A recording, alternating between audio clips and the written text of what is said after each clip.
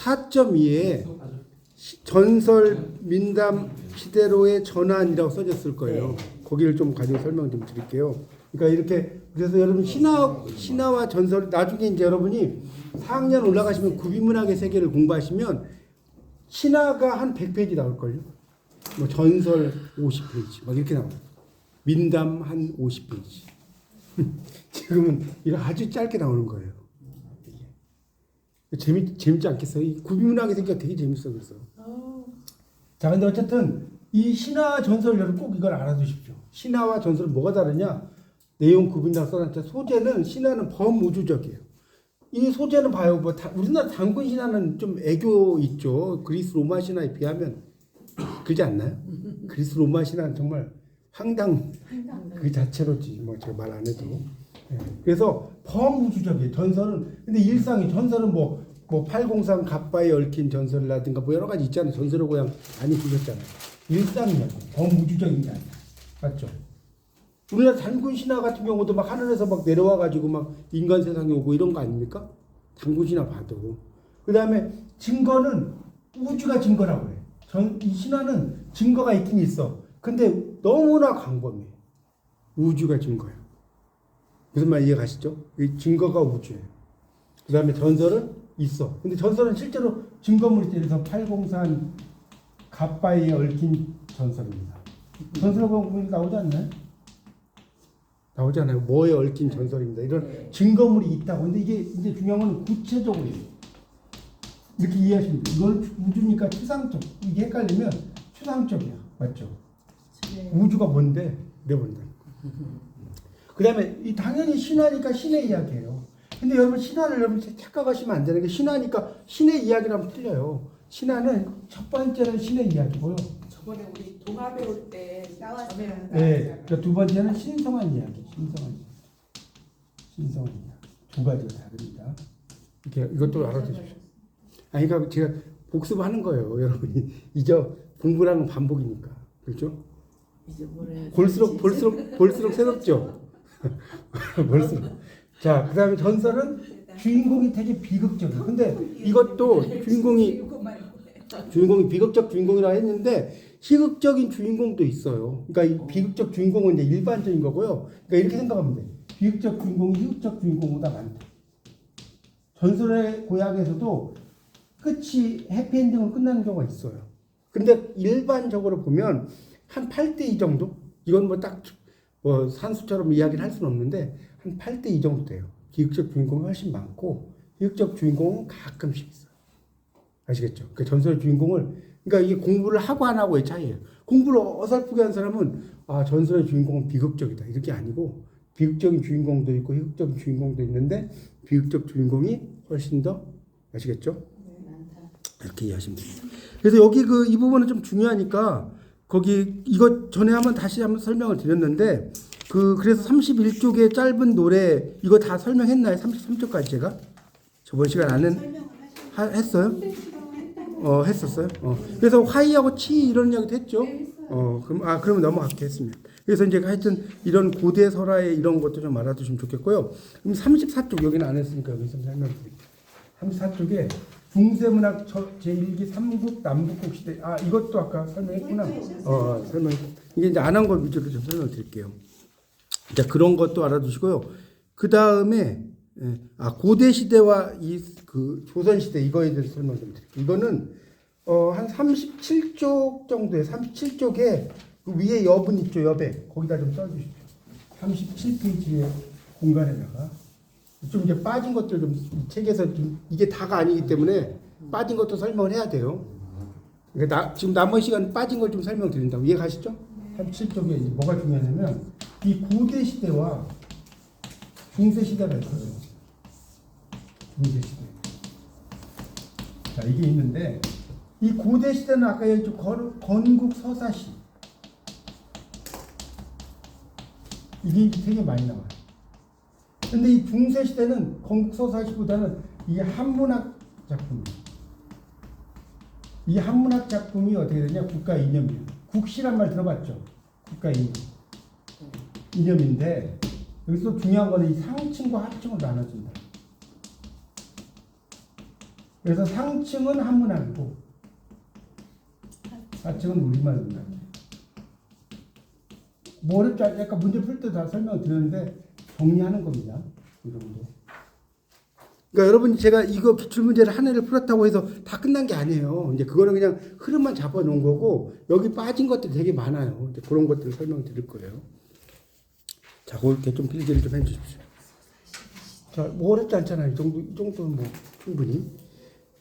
자, 되셨나요? 그러면 37쪽을 좀 볼게요. 37쪽을 보시면 어디를 보냐면 밑에서 한 10줄 정도 쭉 올라가 볼까요? 37쪽이 밑에서 한 10줄 정도 올라가면 한문이면서 우리말 어순에 따라 쓴 글도 있다. 찾았어요? 네. 거기부터 볼게요. 그래서 이 대표적인 것이 이제 뭐 임신서기석인데 임신서기석은 뭐냐면 임신연애.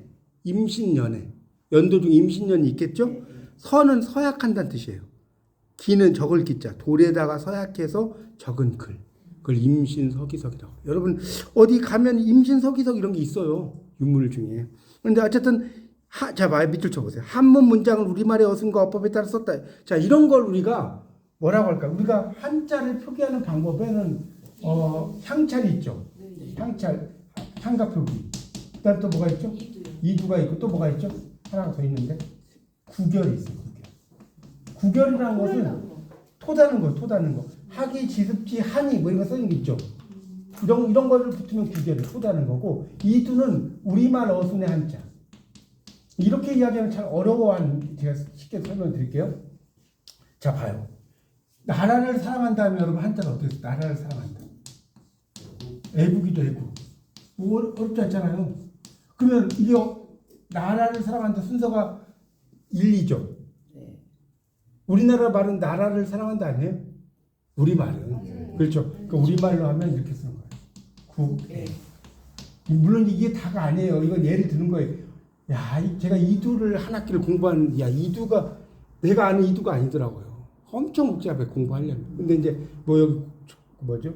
대학에서 공부하는 거니까. 그냥 이런 예를 드는 거예요. 요런 거를 뭐라고 하냐? 뭐라고 한다고? 이두. 여러분, 이두라는 게 뭐냐? 이두할 때 이 두자, 이게 이두가요? 여러분, 한자가 재밌는 게 뭔지 아세요? 예, 그 관리 이자인데, 예, 관리를 하는 게 그 이자인데, 관리 이자인데, 뭡니까? 요게 이 두라고 하는 거 자체가 독으로 읽어, 독이의 독. 여러분 이게 독자도 되고 요 독자도 되고 요게 뭐냐면 이건 읽을 독이라고 돼 있고요. 그다음에 구절할 때는 두라고 해요. 이게 모르셨죠? 읽을 독만 있는 게 아니에요. 구절 두도 읽어요. 이두할 때. 하여튼 그래서 이게 중간 계층들의 사람들이 이두를 많이 썼어요. 좀 쉽잖아요. 무슨 말 아시겠죠? 그래서 자, 다시 이제 보세요. 다시.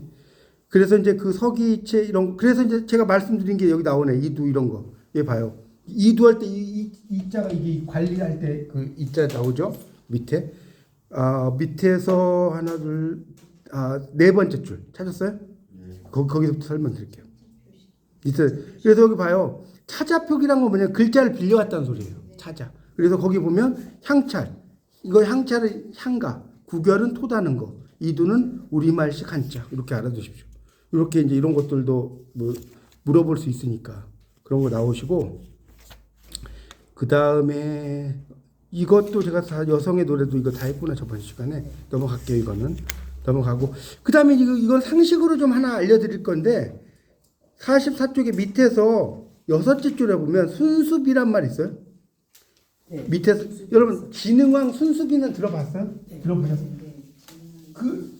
지금 이 순수가 이게 어떤 뜻이냐면 순수라고 할 때 이 한자가 이 순자에다가요 이 숫자를 써요. 진흥왕 순수비는 들어보셨죠? 순수비가 뭐예요? 그러면 순수가 뭔지 아세요? 이건 시험에 안 나온 상식을 알려드려요. 순수가 뭐냐면 요즘 말 순찰이에요. 순찰은 진흥왕이 그 영토를 많이 정복한 왕이잖아요. 그래서 여기저기를 순찰했다는 거예요. 그래서 임금이 나라 안을 두루 살피면서 돌아다닌다는 뜻입니다. 순수라는. 진흥왕 순수비 뭐 이런 거 있잖아요. 그 순수는 순찰 요즘으로 말하면 그래서 임금이 나라 안을 이렇게 돌아다닌다는 뜻입니다. 그렇게 이해하시면 좋겠습니다. 그것도 좀 알아두시고요. 순차나하고 똑같은 말이에요. 향가에 대한 이야기는 뭐 해성가부터 쭉 나오는데 이제 여기 향가에서는 47쪽을 보십시오. 47쪽. 47쪽에 5.3.2 찾으셨죠? 47쪽이 5.3.2 나오죠. 산해가에 대한 이야기 제가 좀 전에 설명을 드렸나요? 그러니까 이 고뇌를 푼다는 이야기고요. 네, 맞아요. 그 다음에 47쪽에 5.3.2를 가서 헌화가 이런 것도 다 이야기했죠. 이게 수로부인과 관련된 이야기가 헌화가라고 그랬죠. 그래서 이제 순정공이라는 사람이 부인 수로와 함께 강릉 태수로 부임하는 도중에 노래를. 그래서 여러분이 실제로 재밌는 게 강릉에 가잖아요. 그러면 뭐가 있냐면 헌화정이 있어요. 실제로 제가 가봤거든요. 강릉에 가면 여러분 이거 국문학 공부하는 분은 못 찾아요. 헌화정을 한번 검색을 해보면 그 헌화로라고 있어요. 그 강릉에 가면 거기에 좀 더 계단 올라가면 헌화정이 있는데 거기서 보면 경치가 정말 끝내주더라고요. 하여튼 꽃을 꺾어 바치면서 부른 노래인데 그래서 이 수로부인을 뭘로 보느냐 무당으로 보는 설이 많아요. 왜냐면 여러분 무당들이 이렇게 그 할 때 꽃이 있어야 되잖아요. 맞잖아요. 무당. 그러니까 옛날에는 무당이라는 게 나쁜 뜻이 아니라 왕족 뭐 이런 뜻이에요. 옛날에 왕이 무당이었잖아요. 옛날에는. 맞죠? 그렇게 생각하시면 됩니다. 그래서 이 성도광 시절에 순정공이라는 사람이 이렇게 했다는 거예요. 그런데 부인이 벼랑에 철쭉꽃을 탐내자 암소를 끌고 가던 노인 나오잖아요. 이런 걸 뭐라고 하냐면 견우노옹이라고 해요. 이것도 이야기했나? 뭐 했는지 안 했는지. 이걸 견우노옹이라고 이걸 암소 노인 이러면 안 돼요. 견우노옹. 끌견자 소자 노옹. 노옹이 이제 바치는 이야기. 그러니까 참 재밌죠. 그러니까 이 해가하고 헌화가에 누가 나와요? 노인이 나와요. 그러니까 똑같은 노인이 나오는 거예요. 무슨 말겠죠? 그러니까 나이가 많은 노인이 이 암소를 끌고 갔다는 건 제가 볼 때는 문맥적인 의미는 자기 부인인 것 같아. 그죠? 견우 노옹이잖아요. 그러니까 소를 끌고 갔는데 이 소가 그냥 소가 아니라 암소야, 암소. 자기 부인일 거예요, 아마. 부인일 가능성이 커요. 자기 부인을 내평균. 소라는 것은 이 불교에는 깨달음을 의미하잖아요. 소가 깨달음을 의미하는데 하여튼 그렇게 여기서는 의미적 맥락으로는 소를 갑자기 끌고 가다가 이거는 좀 문맥적으로 안 맞잖아요. 그래서 아마 그런 의미로 보는 학자들이 많아요. 하여튼 그래서 이게 또 수로가 되게 재밌는 거예요. 해가에 보면 밑에 보세요. 여기 지금 향자를 부르는데 여기 봐요. 순정공이 부인과 함께 갔다 했는데 너무 수로 부인이 예뻐가지고 이 용왕이 데리고 가버리는 거예요. 그래가지고 여기 보면 용모가 아름다워 찾았어요? 물길을 뜻하는 수로라고 나오죠. 삼국유사에서는 순정공이 부인과 함께 갔다는 것을 찾았어요? 네. 기묘한 사실로 들었다. 물길. 수로가 그러니까 양수. 물길이라는 게 아이를 낳는다는 뜻이거든요. 그래서 용모가 아름다워서 귀신에게 막 빼앗긴 바가 있다는 나오잖아요. 그래서 수로 부인 재벌소에 말하는 게 틀린 게 아닌 게 무당이 아닌가 하는 추측을 자아내게 한다 나오죠. 네. 무당으로 이제 보는 설이 많아요. 그래서 결국은 수로 부인이 이제 그 물속에 들어갈 때 그 노인이 또 나옵니다. 그 노인이 또 나와가지고 뭐 거부가 물길을 내놔라 뭐 이렇게 나오거든요. 하여튼 그거는 넘어가고 그 다음에 이제 그 불교의 노래 향가에서 5.3.4에 가면 이제 월명사하고 충담사가 있는데 월명사가 쓴 작품이 두 개가 하나가 있는데 뭐죠? 제망매가고 맞죠? 네, 그렇죠. 도솔가가 있고 그다음 충담사가 쓴 작품이 두 가지가 또 있죠. 뭐죠? 안민가 또 찬기파란가가 충담사가 썼어요. 아 잘하시네. 고전 시간을 공부하셔가지고 그런 이야기입니다. 아시겠죠? 여기 있을 뿐이 아니에요. 그러니까 여기 강의하셔야 돼. 하여튼 그렇습니다. 그런 거 알아두시고 그리고 뭐 다른 건 좀 건너뛰겠습니다. 그 정도가 또 중요하고요. 그래서 이 신화라고 하는 것이 상당히 중요하다라는 것이 나오고 52쪽을 가면 이렇게 포인트만 제가 잡아서 좀 설명을 드릴 거예요. 52쪽에 네 번째 단락을 가보면 52쪽입니다. 네 번째 단락에 설화 자료는 찾았어요? 52쪽에. 자 여기 보면 남아있는 게 있는데 삼국사기 이런 말 나오잖아요. 그 삼국사기는 정사라고 그래요. 정사. 다른 역사. 정사라고 하고 삼국유사는 뭐겠어요? 야사지 야사. 그렇죠? 야사하고 정사의 차이점이에요. 근데 정사라고 해서 설화가 없는 건 아닙니다. 그걸 또 헷갈리시면 안 돼요. 그래서 설화라고 할 것들도 있다고 나오잖아요. 그런데 어쨌든 삼국유사는 훨씬 더 정사가 많이 나온다 이렇게 이해하시면 될 것 같습니다.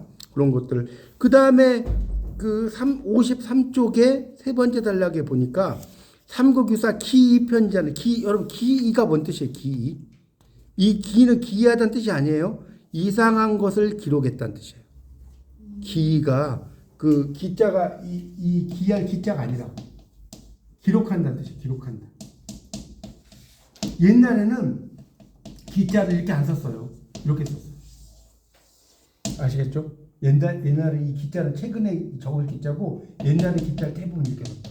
실사자. 왜냐면 옛날에는 글을 다 실로 이렇게 막 표시해가지고 문자를 만들었잖아요.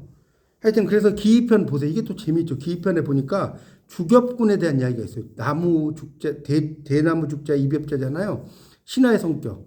자, 왕에 올랐는데 죽어붙인 무덤에 대나무 잎 군사가 나타나서 적병을 물리치기도 하고 나라의 잘못을 바로잡기도 하는 이적. 이적이라는 것은 기이한 행적이라는 뜻입니다.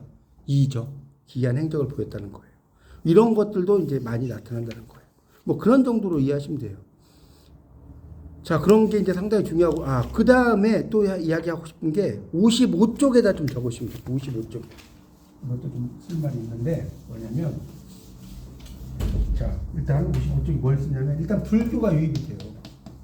당연히 고려, 남북 시대도 이제 불교 유입이 되잖아요.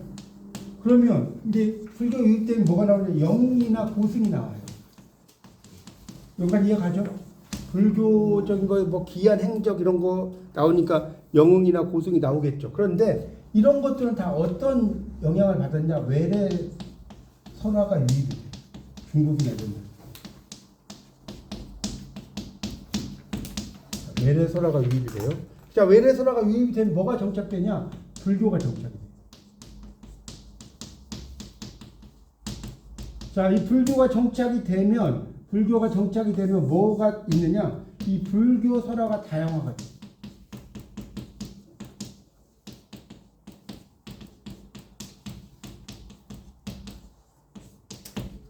자, 이렇게 필기를 해주십시오.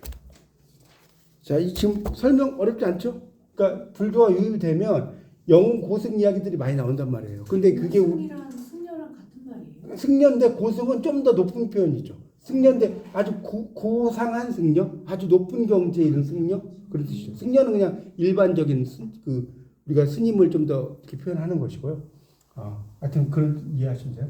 그래서 이런 건 다 중국이나 일본이나 어떤 외래 설화가 유입이 된 거고, 그래서 결국은 이제 불교가 정착하니까 불교 설화가 엄청 많아지겠어, 안 많아지겠어? 많아지겠죠. 이런 특징을 가지고 있습니다. 그게 이제 5.4.2에 보면 고승의 신이한 행적이라고 나오잖아요. 나오죠? 이게 아까 말한 뭐였죠? 기억나세요? 금방 했는데. 기이에 기이. 이상한 것을 기록했다. 기이입니다. 그렇게 이해하시면 돼요.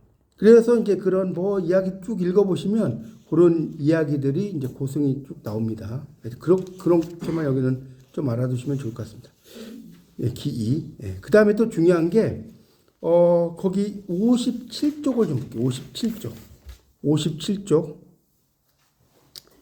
여러분이 그래도 한 번 이렇게 한 회분을 풀면 조금 볼 때 좀 더 쉬워져요. 좀 어디서 들어봤던 이야기들이 막 나오니까.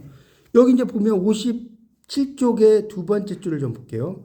그래서 이제 영웅관이 막 있는데 소설의 모습을 나타내는데 셋째 줄부터 볼게요. 조웅전. 자, 제가 여러분에게 질문. 조웅전은 역사계 군담 소설일까요? 창작계 군담 소설일까요? 조웅전. 네, 창작계 군담 소설이에요. 이 웅자가 영웅 웅자거든요. 맞죠? 그렇기 때문에 그냥 웅자를 붙인 거예요. 창작계입니다. 실제로 뭐 조웅이 있는 게 아니에요.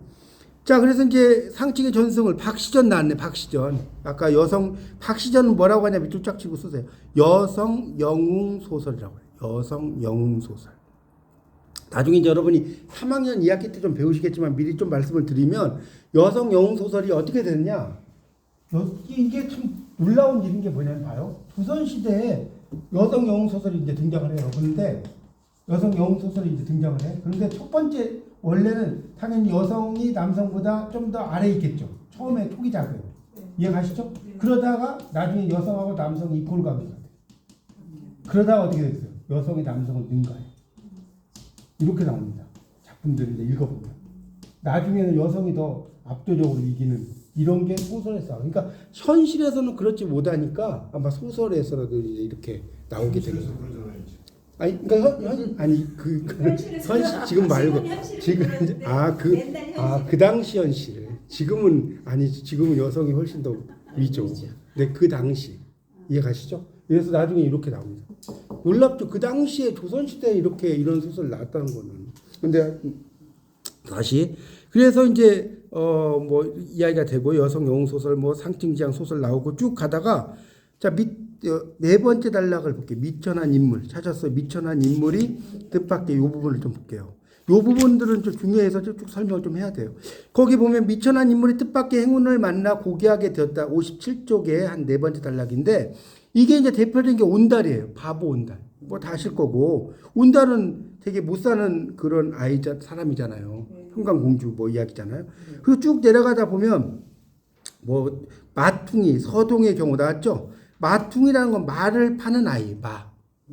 이 마라는 마즙 이거 있잖아요. 되게 맛있지 않나요? 마로 된 즙. 하여튼 말을 파는 아이가 서동인데 이 서동요가 뭐예요? 서동요가 제가 이야기했었죠. 선화공주님은 남몰래 정을 통하고 이거 향가 모르시나요? 그러니까 이 서동 서방을 여기서 질문 있습니다. 예 질문하세요. 삼국사기 작품과 삼국유사 작품을 예. 이렇게 교묘하게 나오나요? 이것도 그렇게까지는 안 나오죠. 뭐가 삼국사기고 그런 건 안 나오죠. 삼국사기 안의 내용인지 삼국유사 네, 그런 것까지는 안 나올 거예요. 그런 건 그러니까 이 교수님의 스타일이 좀 약간 스케일이 커요. 네, 스케일이 커요. 걱정하지 마세요. 하여튼 근데 중요한 건 뭐냐면 이게 봐요. 이게 또 재밌는 이야기가 뭐냐면 이 선화공주하고 봐요. 선화공주하고 누가 나오냐면 서동이 나와요. 서동이 나오는데 그러니까 이거는 상층 여자와 하층 남자의 사랑 이야기죠. 이게 또 재밌는 게 이야기가 상층 남자와 하층 여자도 있죠. 신데렐라, 백마탄 왕자 뭐 이런 거 상층 남자와 하층 여자인데 이건 뭐예요? 온달과 평강공주와 똑같은 거예요. 맞죠? 상층 여자와 하층 남자의 사랑 이야기잖아요. 말을 판 아이인데 그러면 이게 또 재밌는 게 뭐냐면 자 서동이가 백제 사람이에요. 맞죠? 선화공주는 신라 사람이죠. 여러분 이제 그 궁남지라고 부여에 가면 있어요. 궁의 남쪽에 있는 연못이라고 궁남지가 있는데 서동이가 봐요. 이게 되게 재밌는 이야기예요. 서동이가 선화공주를 사랑을 했어. 근데 실질적으로 역사 학자들의 의견으로 이렇게 보잖아요. 서동하고 선화공주가 만난 적이 없대요. 그러니까 이건 이제 우리 문학이란 건 픽션이잖아요. 어떻게 보면 문학이 재밌는 거지. 그렇죠? 근데 어쨌든 이 만난 적이 없는데 왜 이걸 썼느냐? 이 문학적으로 보면 이 백제의 불교가 이거는 제 의견이 아니고 학자의 의견이에요.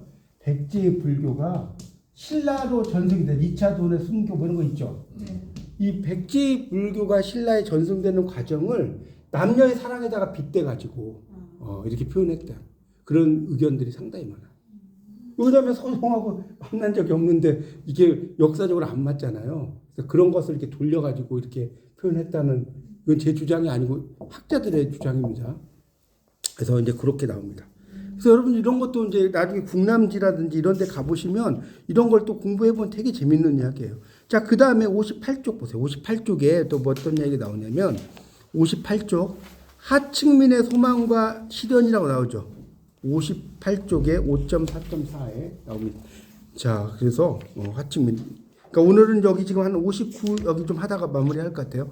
그 하층민의 삶의 이야기 찾으셨죠? 그래서 거기에 보면 뭐 다른 건 좀 넘어가고 두 번째 단락의 밑에서 셋째 줄 끝에 보면 전기한 여왕과 미천한 남자의 사랑을 다룬 유형에서는 신분의 차별과 사랑의 갈등을 다루었다. 그러니까 이렇게 신분의 차별에 대한 이야기들이 벌써 남북국 시대 나와요.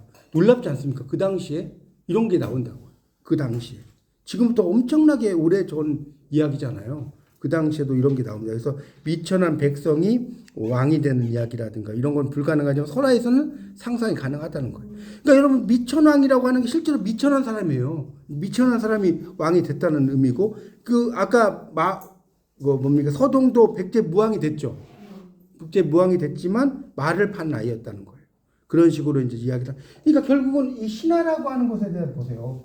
이것도 좀 설명 좀 드리면, 우리가 신화 전설 민담인데 거의 모든 것을, 이 작품의 모든 걸 뭘로 볼 수 있느냐? 신화적 구조로 볼 수 있어요. 왜 신화적 구조로 볼 수 있냐? 봐요. 자, 신화적 구조는 주인공이 시련을 겪죠. 시련을 겪잖아요. 그리고 나서 뭘 하죠? 성숙하죠. 성숙하는 과정, 여기까지 이해가요? 네. 시련을 겪고 나서 성숙에 이르는 과정이다. 그러면 이걸 이렇게 따지면 예를 들어서 춘향전을 보자고. 춘향전도 암행어사 출두하기 전에는 엄청나게 시련을 겪어야 하죠. 겪잖아요. 나중에 뭡니까? 암행어사 출두하니까 이제 결국은 좋아지는데, 이것도 이제 나중에 여러분 3학년 때 올라가면 마르크스주의 비평. 이걸 세 글자로 뭐라고 하는지 아세요? 마르크스주의 비평 세 글자로 막시즘이라고. 막시즘적인 관점에서 보면 춘향이, 이건 제 이야기 아니에요. 학자의 이야기. 도박을 한 것이다. 춘향이 왜냐면 여기 올인한 거, 올인. 만약에 암행어사가 안 됐으면 어떻게 했었어요, 춘향이? 이해가시죠? 그게 이제 마르크스적인 관점으로 보면 또 그렇게도 비평을 해요. 참 재밌어요. 그러니까 어떤 관점에서 비평을 하냐가 달라집니다. 자, 그런 것도 좀 알아두시면 좋겠고요. 그 다음에 거기 어디가 또 중요하냐면 59쪽을 볼게요. 59쪽의 두 번째 단락에 보면 백제에서 찾았어요? 도미라는 사람. 이건 도미설화 혹시 아세요? 처음 들어봐요? 이 도미라는 사람의 아내가 당했다는 순한 그 설화가 이야기가 있는데 왕의 행포를 고발해요. 이제 여기 좀 읽어볼게요. 자, 도미가 하층민이에요. 그런데 의리를 알았다고 하는데 도미의 아내, 이 도미는 하층민, 남자입니다. 남자 이름이에요. 근데 아내가 되게 아름다워요. 아름다워서 행실이 고다. 그래서 한쪽을 이제 이렇게 소개했어요. 그러니까 당연히 계류왕은 악역이라는 거예요. 그러니까 계류왕이 당연히 도미의 아내를 빼앗으려고 하겠어, 안 하겠어요? 빼앗으려고 하겠죠. 그래야지 이해가 되죠. 그래서 왕이 욕망을 채우기 위해 백성을 괴롭힌 짓을 드러내서 고발한 부분이 극적인 체계를 갖추고 있다. 그래서 왕이 천한 백성의 아내를 차지하려고 애쓰다가 실패하는 이야기예요. 그게 이제 그런 이야기들도 나옵니다. 그렇죠? 그렇게 이해를 하시면 됩니다. 그런 이야기도 있고, 그 다음에 또 하나는 이 선덕여왕 뭐 이야기도 막 나와요. 그 밑에 그 신라 시대에만 여왕이 3명 있었잖아요. 알죠? 그래서 선덕여왕을 직위라는 이름의 천한 역졸이 짝사랑했어. 그래서 벌어진 것을 이야기를 하는 겁니다.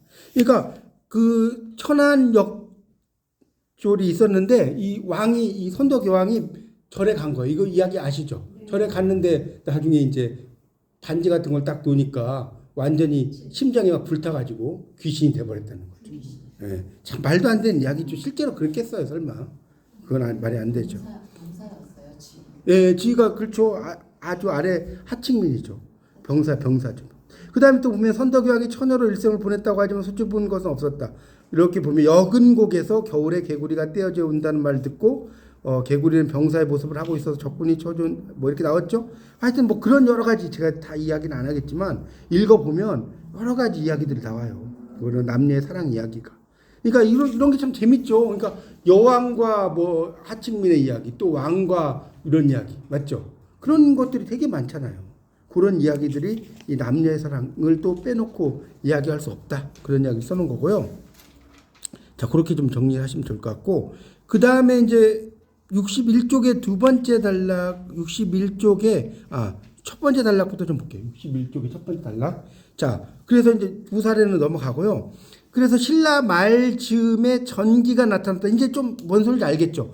전기라는 게, 자, 여러분이 한 3학년 1학기까지는 최초의 한문 소설은 뭐예요? 김시습의 금오신화예요. 3학년 1학기까지는. 3학년 2학기가 딱 되면 그게 잘못됐다. 이렇게 나와요.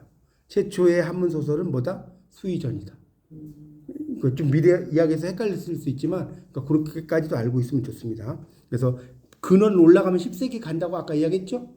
그래서 이제 수의전 나오는 거예요. 보세요. 그러니까 좀 알면 되게 재밌다니까요. 수의전이 이런 의미에서 나왔구나. 귀한 이야기구나. 채치원이 봐요. 여기 나오죠. 제가 아까 귀신하고 막 채치원이 쌍여분, 이 분자가 무덤 분자잖아요. 무덤에서 묻혀있는 두 여자와 만나서 시를 주고받으며 사랑을 나눈. 놀랍지 않습니까? 그러니까 이것도 정확하게 알 수가 없는 거예요. 최치원이 쓴 거냐 아니면 박인양이 몰라요. 그거는 상상력이에요. 그래서 어떻게 보면 상상을 하니까 재밌는 거 아니에요? 문학이라는 것은 수학처럼 딱 답이 떨어지는 게 아니잖아요.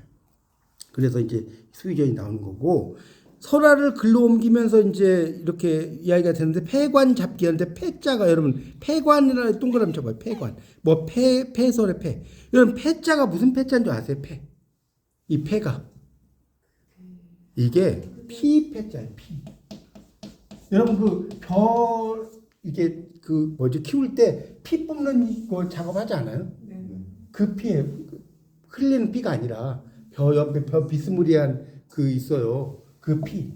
왜 그 피 폐자를 쓰냐면 자, 그러니까 이 그 뭐죠? 이 피 폐자 이 피는 벽과의 한해살이 풀이에요. 벼하고 비스무리하게 생겼어요. 근데 어쨌든 피를 뽑듯이 폐관이라고 하는 건 뭐냐면 밑줄 쳐보세요. 폐관은 뭐냐면 민간의 이야기를 수집하는 관리라는 뜻이에요. 그걸 폐관이라고 그래요. 참 말 잘 만들지 않나요? 그러니까 피가 이렇게 피를 뽑듯이 벼 옆에 있는 피를 뽑듯이 민간의 이야기를 수집한다고. 그래서 폐관 문학이란 말 쓰는 겁니다. 아시겠죠? 그런 것도 이해하십시오. 그러니까 그러면 이제 또 하나 좀 설명하고 싶은 것은 아까 악보시에서 악보는 민간의 노래 중에 이 노래를 가지고 시를 만든 거죠. 네. 여기 여러분 또 헷갈리시면 안 되는 게 폐관은 소설 쪽에 소설. 그러니까 민간의 시가 아니라 소설 이런 어떤 그런 걸 가지고 오는 사람을 폐관이라고 하는 겁니다. 야사. 폐소를 쓴 게 아니라 하찮게 여기는 그런 의미인가요?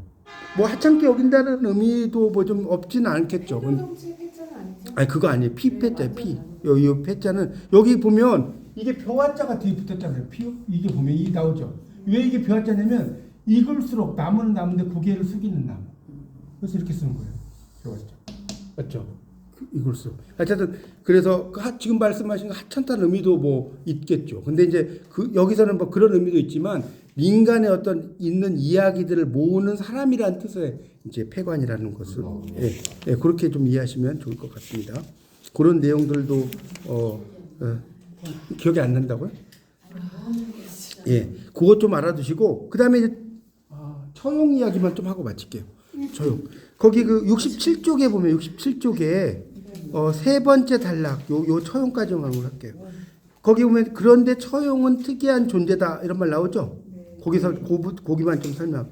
그래서 기존의 수호신이 아니고 헌강왕이 이것도 되게 재밌는데 개운포라는 게 뭐냐면 구름이 거치는 포구란 뜻이에요.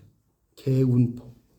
10개자의 구름 문자잖아요. 거기에 갔다가 데리고 와서 이제 그 동해 용왕의 아들이잖아요. 처용이가. 맞죠?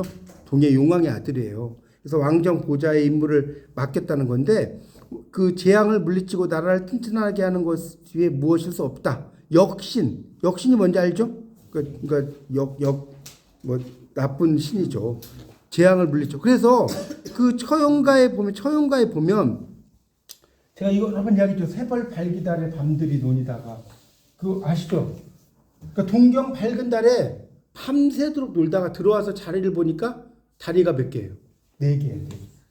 4개인데 둘은 내 것인데 둘은 누구의 것인가? 본디 내 것이지만 아산을 어찌하리고 이런 거였잖아요. 그러니까 결국은 그 뭡니까 역신이 신범 그러니까 이게 얼핏 보면 이 처용가는 외간 남자하고 뭐 이렇게 그 자기 아내가 뭐 정을 통하는 이야기로 알고 있잖아요. 그런 뜻이 아니라 자기 아내가 역병에 걸린 거예요.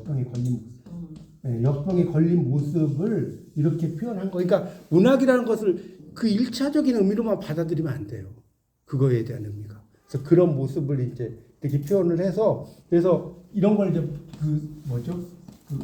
뭐라고 하죠? 두 글자로 축사라고 해요. 축사. 좀 써볼까요? 이게 쫓을 축자고요. 사악할 사자. 그래서 사악한 것을 쫓는 이야기. 이해가시죠? 이게 이 처용이라고 하는 것은 축사, 사악한 것을 쫓는 이야기다. 그렇게 좀 이해하시면 돼요. 아시겠죠? 하여튼 작품은 여러분이 이제 아마 그 하반기에 또 배우실 거예요. 이런 작품들을. 그래서 이 처용에 대한 이야기도 쭉 나오니까 여러분이 그래서 처용무라고 하는 게 이제 그런 게 나와요. 오방처용무. 처용무에 오방처용무라는 게 있어요. 들어보셨어요? 아니 오방 못 들어봤어요? 이게 뭐냐면 왜 오방이냐면 동서남북은 알죠? 네. 사방이잖아요. 중앙이 있어, 중앙. 그래서 오방. 네. 동서남북 하면 사방이잖아요. 이 중앙까지 있으면 오방이란 말이에요. 5개. 그래서 오방. 그래서 이 처용무가 남자들이 치는데 실제로 그 처용무 치면 되게 재밌대. 되게 멋있어요. 그런 의미들이. 그 터키에 혹시 가보면 그 남자들이 추는 춤 있지 않나요? 세바춤이라고 그런가? 와, 모르시는구나. 터키에 가면 있어요. 남자들이 추는 세바춤. 저도, 야, 진짜 멋있더라고요. 남자들이 추는 춤이 있어. 하여튼, 그래서 이 처용무가 그런데 이게 다 그 귀신을 쫓는 그런 이야기. 네, 귀신 쫓는 역병, 특히 역병을 쫓는 이야기죠. 그런 거에서 이제 처용굿까지 연결이 되는 겁니다. 그러니까 이런 식으로 이제 여러분이 이제 이 책은 이렇게 그 뭡니까? 그 어렵다고요? 공부를 하시면 됩니다.